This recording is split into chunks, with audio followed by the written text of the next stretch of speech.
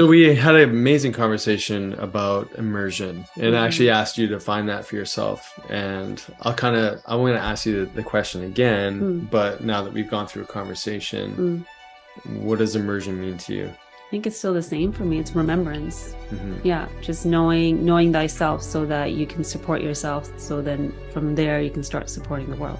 Yeah. So we had a conversation with an amazing woman. Her name is Judy Brooks. She's created a consideration, an artifact of just beauty and culture and self-reflection. And it's kind of like, and she also runs retreats, and you could Immersions. immersions. Oh my goodness. Mm. She runs immersions to help people really identify, where they're stuck, what's the culture of say their business or their personal life, and what are some of the ideas and the identities that we've sort of wrapped ourselves in and how we're presenting ourselves to the world. And so the conversation we had with her was just beautiful in that we got a chance to dip our toe into different areas around self-responsibility and curiosity and presence, and what that means as a business owner to a mom, to whomever. Yeah, that's the great thing about this conversation is that anyone can reflect on themselves after listening to it or while you're listening to it, and especially that cohesiveness of our personalities that show up in different roles that we play, but how we can really align ourselves so that we're constantly moving with integrity and knowing your own values so that you can bring that forth into everything that you do. Yeah, and then we kind of broke down this concept of grow. If there's something great, you have to blow it up, you have to grow. And so stay tuned for that. We'd love to hear what you have to think about, the kind of concepts that you've imprinted in your own psychology or personality of what things are supposed to be like or look like. And, I think it's a reflection on maybe disrupting some of those thought processes. Yeah, enjoy. Enjoy. So one of the things I think that we've all really recognized over, maybe our own life or over the past few years is that community is so important, and having a safe space to really reflect on what's important, and obviously with regards to your health, but also just other aspects to life. Yeah, we've had different conversations with different guests, even our own patients and each other, about that safety piece, that without safety, healing actually can't occur.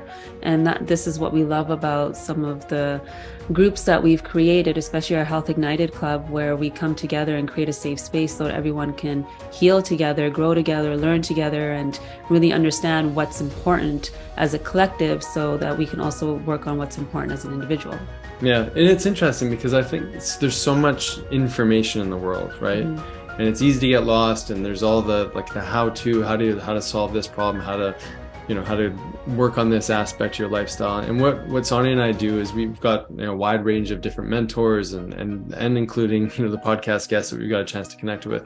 And so we get a chance to filter information, as we all do, down into our own unique parts in a way to articulate that into your unique lifestyle. And we found great value in being in mastermind groups and collaboration and learning from other people. And so the whole goal of our Health Ignited Club is to bring all of that wisdom into these communities. So we'd love for you to join that community. There's already amazing individuals in there so we can support each other, because really if we become more aligned with ourselves, that's when we're going to make change in our own life and everybody else's. Yeah. So if you find out more, go to drsjensen.com and you can learn more about the Health Ignited Club there.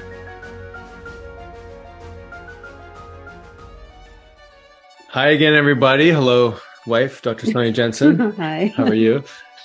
We've got a fun conversation ahead, but before we get into that, there's this theme of immersion and immersing yourself, and when you hear those words, how do you reflect on those words? Because I know that's important to you. Yeah, when I think about immersion, I think about my past experiences with that. When initially I used to be plucked out of our everyday and into a space where I could feel like myself and get tuned into my real self and not the roles that I'm playing or what's expected of me. And then from there, I can come out of it with a different lens. After COVID, since COVID, we haven't really had a lot of those experiences. So I've been trying to figure out, how do I bring that into every day? And so for me, it's those morning moments where I get to remember what that immersion actually feels like, and how do I bring that into my daily everything that I do as a mom, as a doctor, as a podcaster, as all these labels that we wear and carry. So for me, immersion is finding you again, or remembering, not even finding, remembering. Love it. It's beautiful.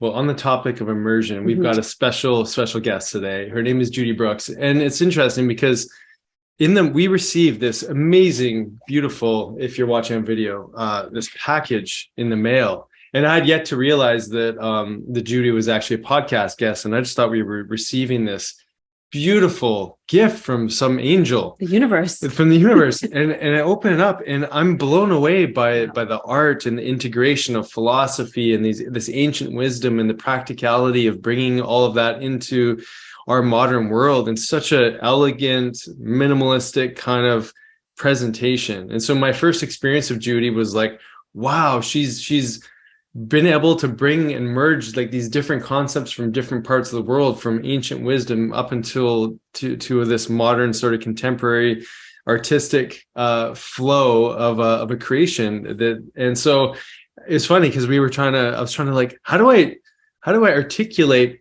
who you are, what label you wear on your, what badge you wear. And so we decided not to give you a label. This is Judy Brooks. She's, taken businesses and launched them into such a bigger, more profound, more aligned kind of way into the world. Here in Canada, she's in Worcester, BC right now. And so she's done so many things for businesses. And I think a big part of it is just this expansion of self, expansion of self-worth, and what does it mean to be human, interacting and interpreting the world in the way that we do. And so Judy, thank you so much, first of all, for the gift. Thank you for your presence and showing up, and your unique way of reflecting on what it means to be a business person and human at this time in the world. So thank you for being here. I'm thrilled. Well, yeah, super happy. So thank you for asking me.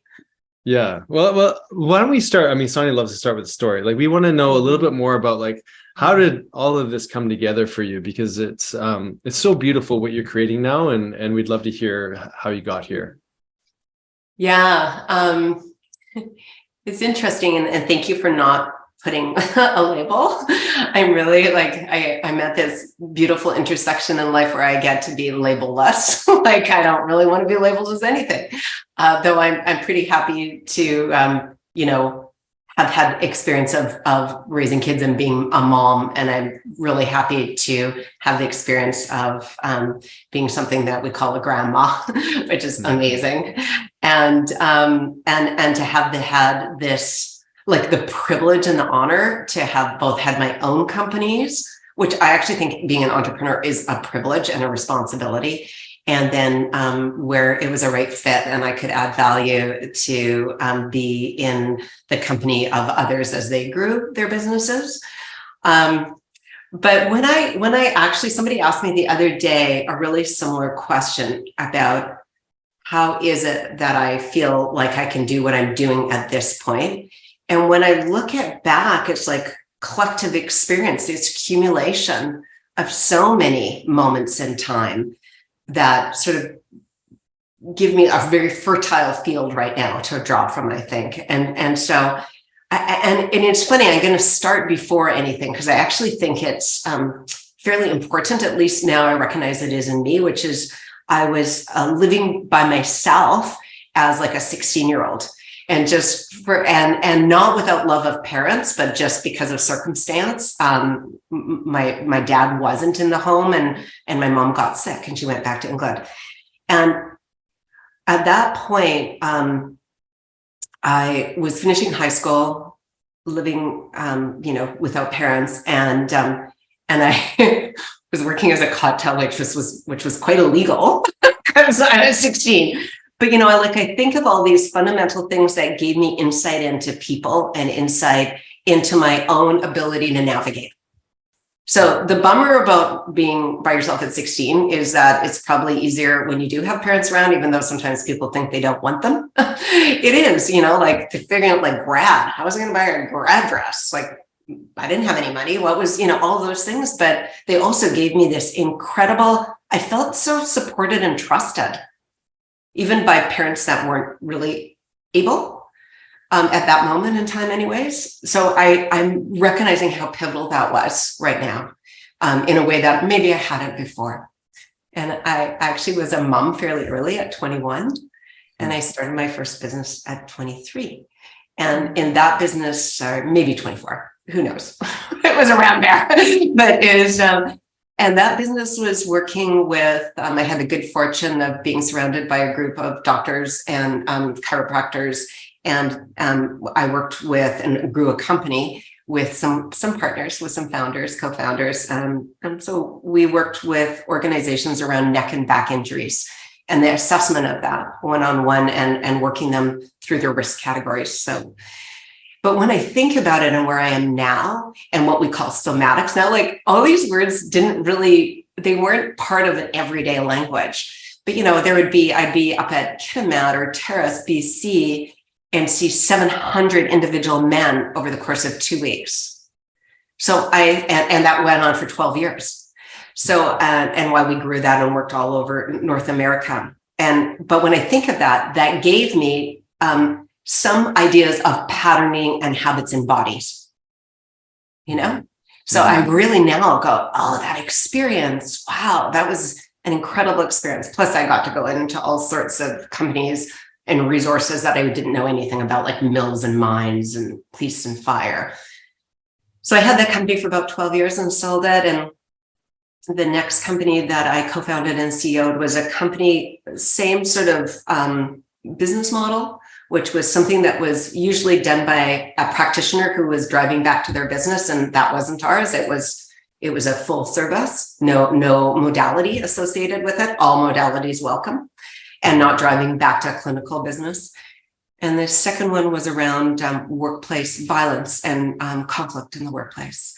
And I actually worked with my brother, one of two. I actually worked with both, but who is a forensic psychologist and quite expert in his field, like internationally expert. And a specialty around psychopaths and sociopaths. So again, a depth of humanity and understanding around things like emotions in the workplace and violence in the workplace and conflict resolution. That was not my mastery, not what I went to school with, because I actually didn't go to university, which is because I was 16 and then 21. So there's not much to fit in there, but got these deep learnings through experts. Through experts and working in the trenches with them. And so that now I think about what that experience did for me. And like, really, I got to apprentice, like I kept apprenticing, deep apprenticeship while and apprenticeship in business that I was forging on my own, my apprenticeship with myself in business, and I sold that to my partners, including my two brothers, after about 8 years. And then started a business called Blo Blow Dry Bars. I don't know anything about hair. Mm-hmm. Anyone who's on video will see that. But it was just an idea. And my daughter was in university in the UK at the time. And she was writing a business plan. And I just said, what about a blow dry bar? And there wasn't such a thing at the time. There was a first to market. And that's, we opened 3 in a year and had 18 in the next 3 years and merged and sold and all that sort of stuff. And then I started working with individuals and then started doing these things called retreats at the time. And then you sort of morphed that into immersions. And your earlier question, just Sonia, resonated. And the reason I left the retreat word behind was because it was like we were retreating away from instead of, as exactly what you said, Sonia, is like diving into self, self. And so that has been, God, how long has it been? It's been 12 years, 10 years. I don't know. I'm not labeling years either anymore, myself or years. And now this beautiful conversion of still being able to be in the business world. But I don't really have a desire to be in businesses that aren't really interested in doing things differently. And I don't mean doing numbers differently, though I like everyone to do that as well, but rather really looking at impact and effect, about the responsibility of being a human in business and the humans you're interacting with. And, I'm really at this stage, like it's super alive for me, this idea of the patriarch, and the patriarch not being men. I'm surrounded by beautiful men in my life, but of this idea of just like a select few constantly winning, dominating. And instead of going, okay, now that my family's taken care of and I'm safe, what may I do differently than has been done? And please, I'm not judging anything that has been done. I'm saying here we are at this pivotal point in time, and what could we consider differently? And so, I'm into, I think about 1,000 people have been through immersions now. And they continue to seek and dive in and expand their ways of doing that. We start with emotional intelligence usually because it's just so foundational for me. But there's so many. I just finished my 8th immersion in about 8 weeks. So lots, and 100 new souls and bodies coming through. And especially this last one with this group of 10 new men, which I said to them, they're a motley crew. I was so deeply touched by the privilege of being able to sit in that group and the honor of listening to people sort of emerge into, and then remember, I love that. I say that so often, remembering to remember that they are not who they are now. They were actually something completely different. And then all these layers got put on. And what if those layers serve them and others and what don't anymore? So that's how I got to hear, and that, what you received, that consider that artifact. We call it an artifact because it's got so many pieces to it. I might have curated it. I might have had the, honor of spearheading it, but it was a community. The photos were by community. There's, poems that were submitted by community. There's stories that people shared, and they're often really hard for them, hard stories. I remember, and actually one of the guys in there, Warren, cracks me up every time I talk to him. He's like, how's my book doing? Everyone thinks it's theirs because it is theirs, I love that. It is theirs. And so we started, before we got on online with everybody, talking about this quote that's attributed to Viktor Frankl that Sonia loves and uses. Between stimulus and response, there is a space. And I said, even that cracks me up, because the Jonathan Cook, who works with me, he started to go in, because we got, obviously, every poet we, paid for the usage of.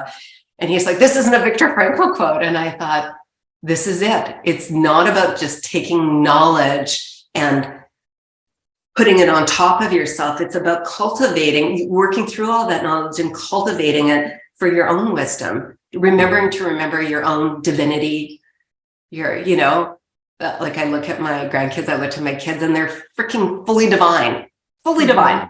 And then we start to layer all these labels and other things on top of them. So here I am today amidst a community a world community that's amazing, and a smaller community that spends time in and out of these things called immersion and things called work, and feeling like, how does it get much better? Get much better.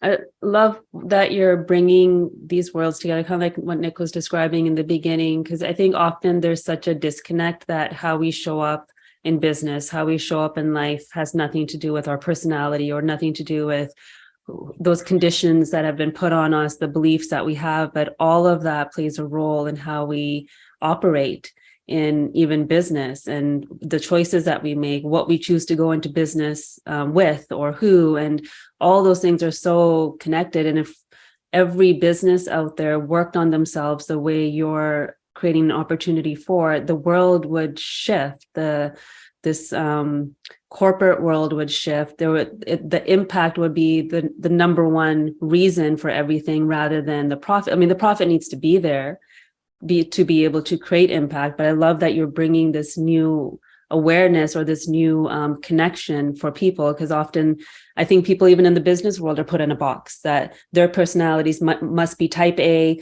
and like this in order for them to be successful.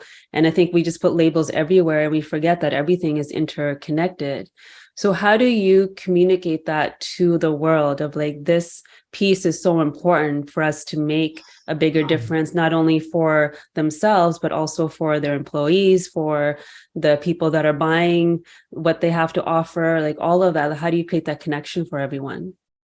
Yeah, I mean, I think three things considering, like not being unafraid to have another conversation. And, one of the, in this idea of cultivating your own emotional wisdom, and using emotional intelligence as a base for that, there's the idea of optimism and well-being as two components of emotional intelligence. And for me, when I look at optimism, the way that I cultivated that is options more than two, because in two options, we're only in binary thinking. So there's a right and a wrong. There's a good and a bad. In options more than two, not only do we take away those labels of good and bad, but we also take ourselves out of executive function into prefrontal cortex. We're in creativity now. Even if the third option is not smart, it doesn't matter. It's just the practice of that. So I think of like, what are another option, and is really important to me. And what is another conversation we could have? Like, I was talking to a group of guys the other day, of not an immersion on a board, on an advisory board. And someone said, well, this is the way they do it. And I'm like, who is they? And is that true? Like it has been done that way, and it created success for Facebook. But is that the success you want at this point? And is that even relevant at this moment in time? And, a couple of considerations I've really been having is this idea of, and even in some of my own stories, smart suites being one that I was, very involved in and had the privilege of being highly adjacent to, like highly in there. And even Blo as a brand being such a viral phenomenon, really, is that I also am a bit sad that there's this idea that growth is the only way. And I think back to what we miss in that. We miss the absolute honor of, the corner grocery store model that served a community, that grew a family, that was integral. It was, and I think about that. And so a few years ago, with this transaction of Smart Suites, I was blessed to have something come my way that was unexpected and didn't want in terms of a financial reward. I didn't ever help for the idea of getting anything back. And I think Tara knows that. Tara was the founder. I think she knows that really well. I think we are still in deep family together. And but now I wonder, and I think I'm being a bit older than her and having grandchildren, I'm like, I have no desire. I am not, I don't have a life, even with that beautiful gift. I don't have a life of not being in consideration of money. It wasn't that sort of, crazy win, but I could make different decisions. I could not live in this house and go live somewhere else, and probably not have to think about that for the rest of my life, in terms of as long as I lived a mindful life. But I don't want to grow any wealth anymore, and I don't want to grow that doesn't impact others. I'm not, and every financial advisor, every tax accountant, they're looking at legacy wealth so that you can build more than you have now and give it to your children. And I don't understand that anymore. I will give while I'm alive, but if I didn't have this, my daughter who's 36, and my stepsons who are around the same age, I'm saying that without me, they wouldn't be okay. Like, I just don't understand it anymore. I'm really questioning it. I'm questioning all of it. I'm questioning, and I do like nice things. So I also have to, because I am human, so I'm a dichotomy. But I'm really thinking about this. What if every extra cent beyond what I needed to take care of my family? Because remember, I was in a situation where that wasn't, as a young person, where it wasn't that easy for my mom. And I would love to be in the position of those, that are my kids not having to support in that way. But why is there only this binary? Like, what about, I support myself, but you get to evolve into your own life too. So I've been thinking about that a lot, and how would that look? And so I think those conversations in business are really important. And I'm really struggling with public markets because of the same. And some public companies are beautiful. I'm saying the concept of it is that we talk about impact, but we are still always going to we're never going to not talk about shareholder value. And where is it that we start to honor and cherish and to give thanks to those community businesses that might never grow and might never, look immense? As soon as we see something beautiful, we want more of it. Mm-hmm. That's what we do. We have a cookie and it's good and we want another cookie. We have $1 and it's helpful. We want 5 more of them.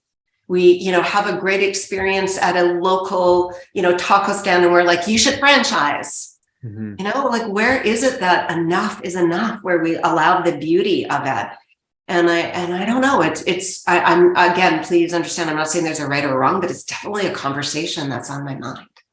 It's a fascinating, question, I think, to ask. And I love how again, in this creation, this artifact that you created, that idea of consideration is one of, I can't help but think of curiosity and just how important that is, because, to the question that Sonny had regarding, where do you start with a company? And, part of it is like defining the culture, but because I think, when there's an expectation of like what you do as a business, you either grow or you die. Like that's that binary sort of question. And if there's no growth, then, what's the point? And, it doesn't take much to look around and see, especially over the last couple of years, certain businesses that are really driving their decision-making process based solely on profit, not necessarily because they're delivering this amazing product that's going to, transform the world necessarily. It really seems like a lot of these huge businesses aren't really driven to solve concerns other than their own. They're the bottom line. And to think that there's an opportunity to create a culture of service and then, you also brought that piece up regarding legacy. And I think, not just when we leave this planet, we want to make sure our kids are okay, so we've got enough financial resource. What if we actually created enough life experiences for them that they develop their own unique strategy and way to be in the world, so that they could develop and generate their own wealth and sustainability and, legacy and whatever that looked like. So you brought up so many interesting points that I think are worth. Yeah. And it's interesting when you say that, the things that, have been ruminating for me are this idea that, so first of all, I want to say that my mom did not leave me $1 because she didn't have $1. And she did, there's no building. Her name was Josie. There's no building named after her, but she left me the legacy of believing in me and me believing in myself and understanding that things wouldn't always go right. But regardless, I had the capacity to figure it out. Mm-hmm. That is the legacy she left me. She died she died during COVID. She died in a little, kind of weird section of GF Strong that they had put towards palliative care patients. I had the experience of being able to go see her every day, and I don't really know how that happened, but it was true for me. And, fully everything on, mask and gloves and gowns. And she was only in that ward about 2 weeks. And on her death, one of the nurses came in, and I leaned over and said to her, this was a woman that was like, couldn't talk, like she hadn't eaten, like she was not well. And she said to her, thank you for everything you've taught me. Wow. And I thought, that's legacy. That's legacy. Thank you for everything you've taught me. And what could my mom have possibly taught that nurse in 2 weeks, in 5 shifts a week, when she can't talk and couldn't remember anything? What could she possibly have done? But she did. Mm-hmm. And I think for me, when I reflect on that, it's her sense of, she's British, her sense of cheerfulness and politeness. And always, I remember going in one day, like, again, you're all shrouded, was not comfortable, and you're shrouded. And I go in and I said, hey, to all the nurses. And I went in and one of the nurses went by the door and my mom, who could barely move, like put up her hand and said, "Hello, my darling." And then she looked at me quite sternly and said, "Did you say good morning to her?" And I said, "I did." But that sense of impact, that sense of impact. So I think of that, of what legacy really means. And for some reason, legacy has seemed to be so tied to money or materialism. And then I also think of this idea of where is apprenticeship and where is that missing now, that we can all of a sudden be 12 and be, Justin Bieber, who's very talented, again, nothing about Justin, but that we don't have to actually dig in and give homage to and thank and honor and recognize that we can't possibly know everything without time in saddle.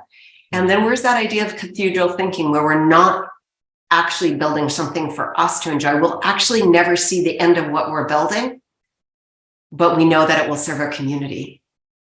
So all of those things, and I'm not into growth. I got to experience growth in Smart Suites. It was amazing, but wondering about it all and where it fits, and why is it that we take the growth model and overplay it onto everything, or why is it everything's in category and saying what's good for me now? Tara's had a baby since Smart Suites. I don't know if she would do Smart Suites the same now that she did then. I don't know if she would. She may not. But you'd have to ask her. But my sense, by seeing her as a mom and how she is, that it probably wouldn't look the same. Yeah, I think, that brings up a lot of thoughts and questions around just values. I think it's what we as a society have put value on, and what we think is important or makes us feel important, or what we feel success is defined by, how we feel significant. Like all of these things start to show up, and then that's the story that then gets passed down to the next generation too. And we live in such an instant world that the kids that are seeing young people thrive, which there's nothing wrong with thriving, but skipping many, many steps like you were talking about, and getting to this place of fame and place of perceived success on TikTok or these other elements. And then what I feel that's showing to the next generation is that it's easy. We can just get there. We just have to do that quick thing to get there.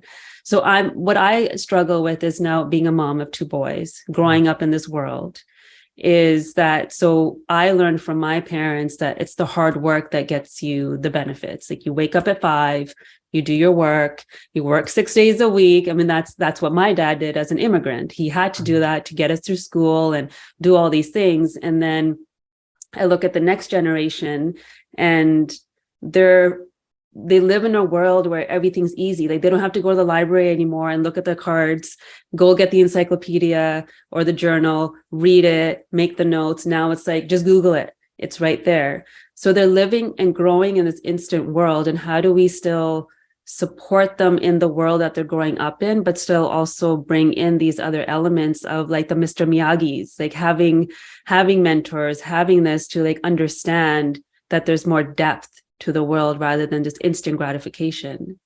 100%. And that idea that we look at someone and our perception of one of the levers in their life of being success means that it's then easy for them, and life is, again, we don't know the truth to that. It really struck me this last week too. One of the questions I asked at these last immersions was that, is shared over dinner. The dinner we have together is, what is the one thing that you haven't said that might be helpful to say? And you didn't need to be attached to it. In other words, you can say it, and in the next instant, it can be not true. But I reckon it really was clear to me, and you guys know this as much as I do and better, but this idea of when we use the words trauma and all these things now, that what we have so much energy, both physical energy and emotional energy, and attached to these things that we don't say aloud. And, they're often awful. They often have, we're told to keep them secret because they're not good. And because it serves someone else for you to keep them secret. But the things in ourselves, the little secrets, as well as the big ancestral secrets often, is that actually is what defines us, not externally, but it defines us internally. And when we say them aloud and the world doesn't crumble and, time doesn't stop, and then all of a sudden we are no longer our own island. We understand we're just simply one. We are all so deeply connected. And just hearing somebody say something out loud that they might never have said and going, oh yeah, and I'm still okay. That idea when you're talking about all that, Sonia, I was thinking about safety. And if we've upped the safety game with lifestyle creep, so safety is only living in a, minimum 3,600 square foot house with, adjacent bathrooms to every bedroom, then we're so disconnected from our remembrance of self, And so, like you said, it's not that we're trying to destroy what is, but how is it that we can create healthy community, healthy individual, healthy relationship, healthy business? How is that? What do we need? What might need to be considered at this point? That's different, because there were some great things about the 80s, and then there were some things in terms of ability to access debt that just got us into a completely consumer model, which we have to understand means we are not making decisions. Mm-hmm. Yeah. We are not making decisions. Even when I think I'm making a decision, am I really? Or did I see something that told me that if I didn't have this, I wouldn't be okay? Mm-hmm. So those things, if I don't have, I'm having so many conversations with those that are kind of younger being sort of like under 35 to me right now, is even about this idea of partnership. And you guys are in a beautiful partnership called a marriage. But is that what they want anymore? Is that what even serves? And yeah, the whole programming is, those of you who aren't watching us didn't see my granddaughter come in to have a little cuddle and tell me that it was almost time. She needs you to watch. But we have conversations about, and in our house, there are, men that are partners with men, women that are partners with women. You name it. It's all here at the house. And yet Clooney goes down and watches one Disney movie and she's talking about having a white wedding. Mm-hmm. And it's not wrong, but she's growing up with programming, and I wonder if she knows how to make her own decision on that. So, Yeah.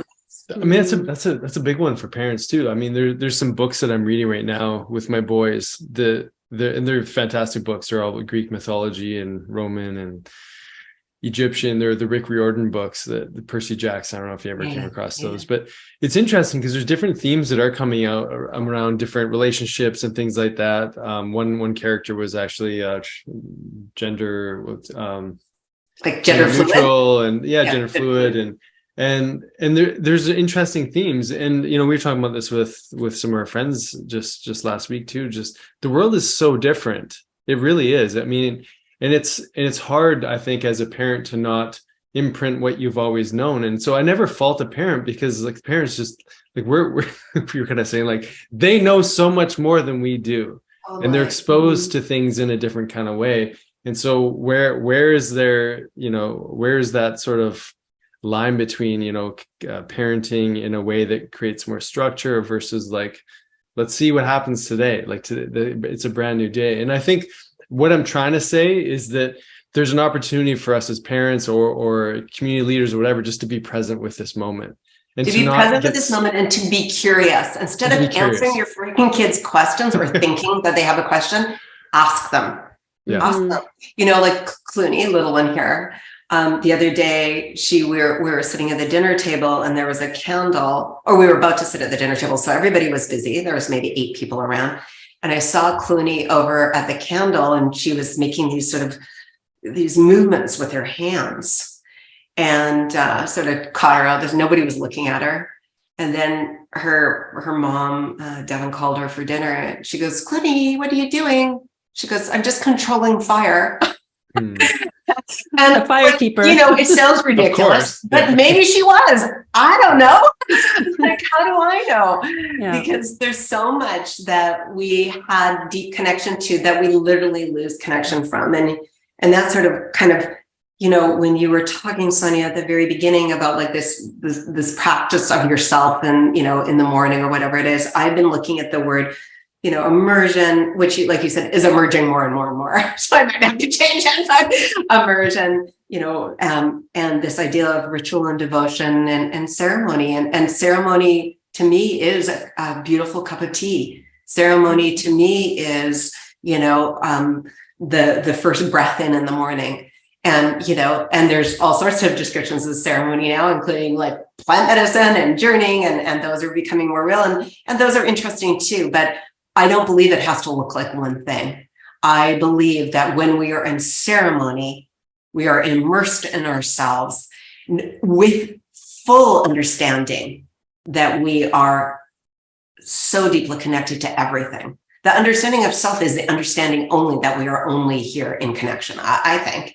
Mm-hmm. And so what about both? So we're not looking for external validation because that validation sits inside of me. And I know that I am, I think I say and consider, that I am so insignificant, but so deeply important.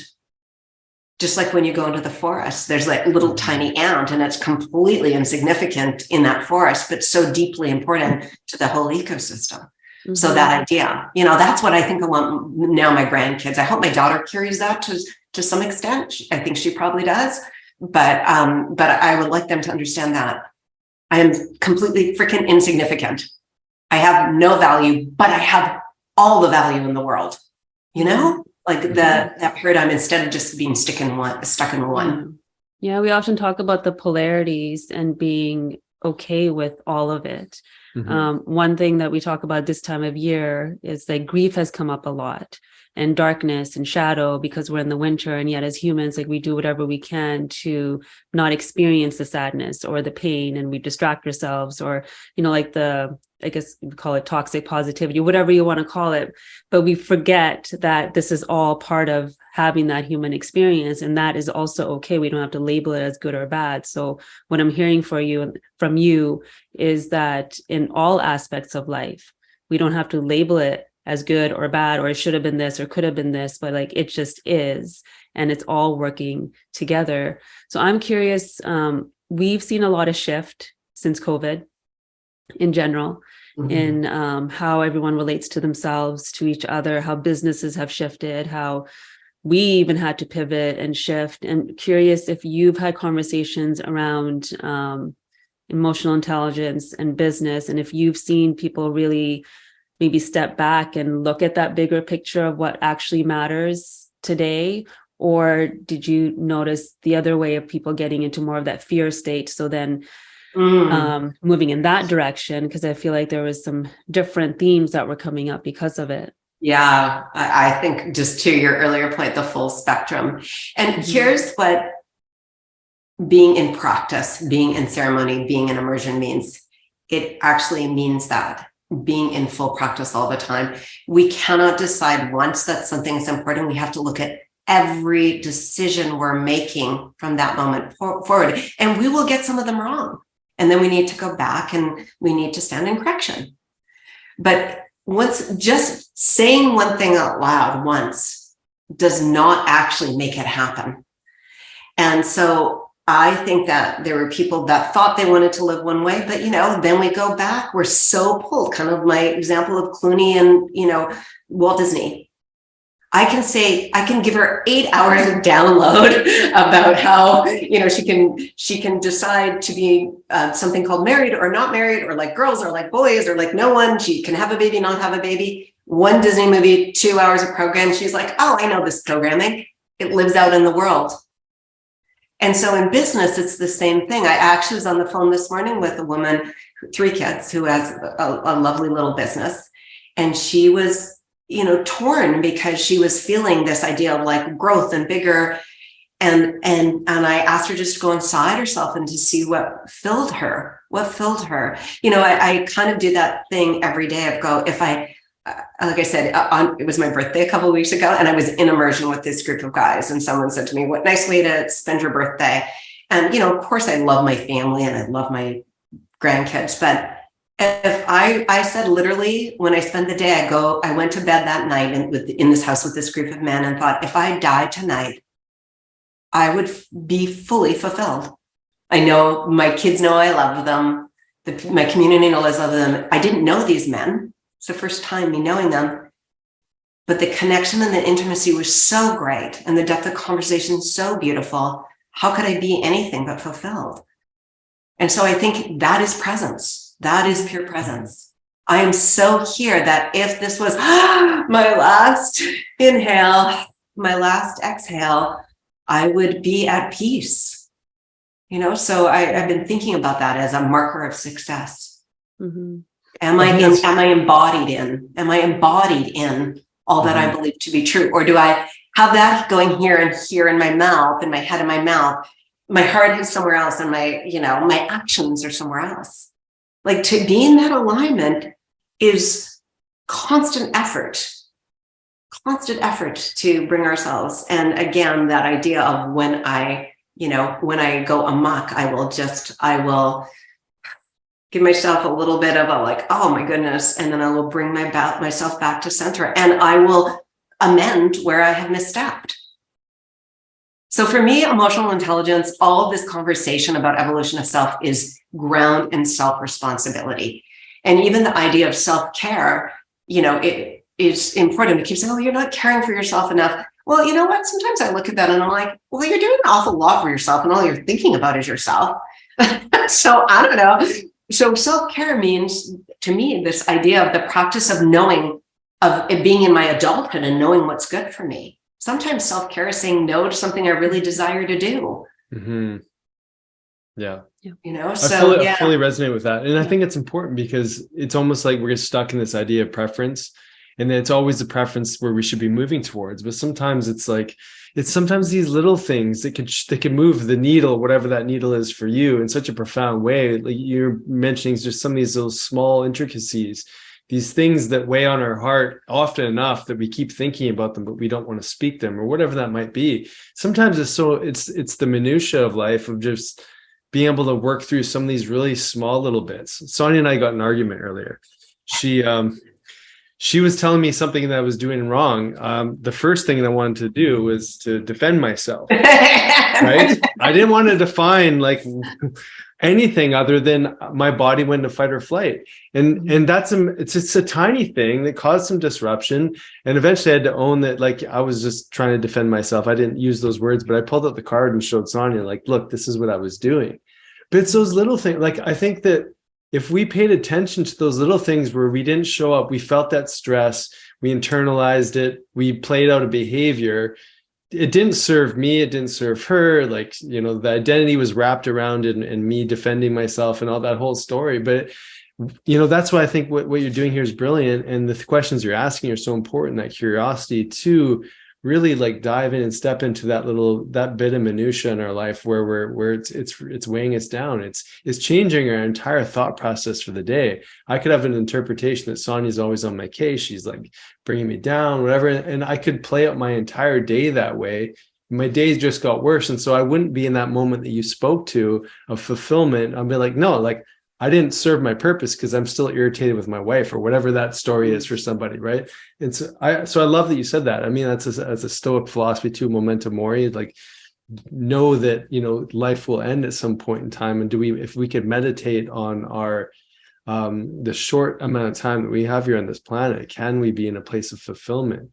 There's a poem that I just used a lot, and I don't think I can find it in short order.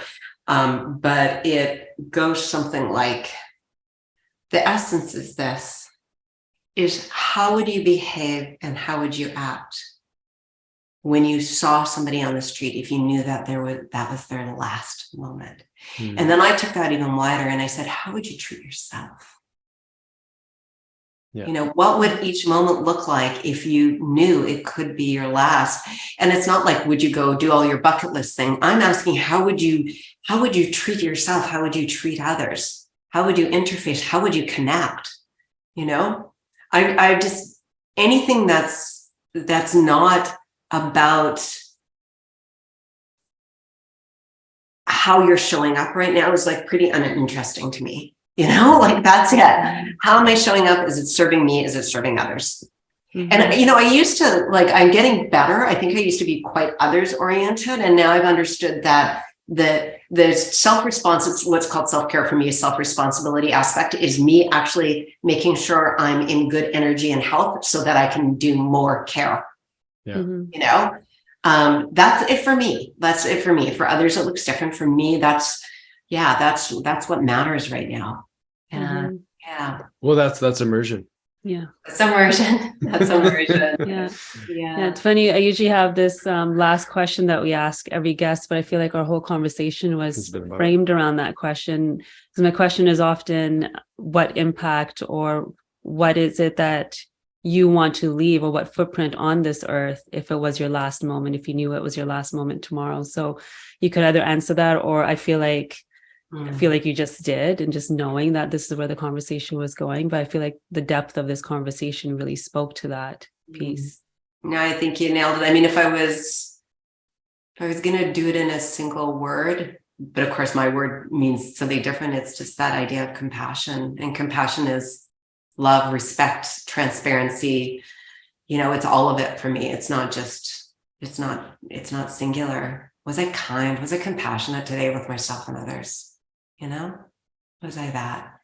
Yeah. Well, honestly, you guys, thank you so much. It's been such a pleasure. Oh, thank you. Yeah, thank you. Thank you for this creation too. I do want to make sure that people can get into their hands. And I think the beautiful thing with this, it's not like reading a book where you're like, okay, like I'm making notes and, I got through this chapter, and then you sort of put the book aside. This is something literally that it could sit on your desk, and you might be in a funk. You might be going through something where you're not taking responsibility or don't know how to reflect on a certain challenge. And you pull out a card and you just go like, man, like this is the essence of where I'm stuck. So, what a brilliant way to be able to share that with the world. So, people are probably wondering, how do we immerse ourselves? Like, where do people go? If Okay, this is how lame I am. I think my website is immerseyourself.ca. I think that's what it is. That's what we've got. We'll put it in the notes. Yeah. You got it somewhere. Yeah. It's not that I know. Here's what I believe. If everybody that's meant to be is coming, they're coming, and they're immerseyourself.ca. And I just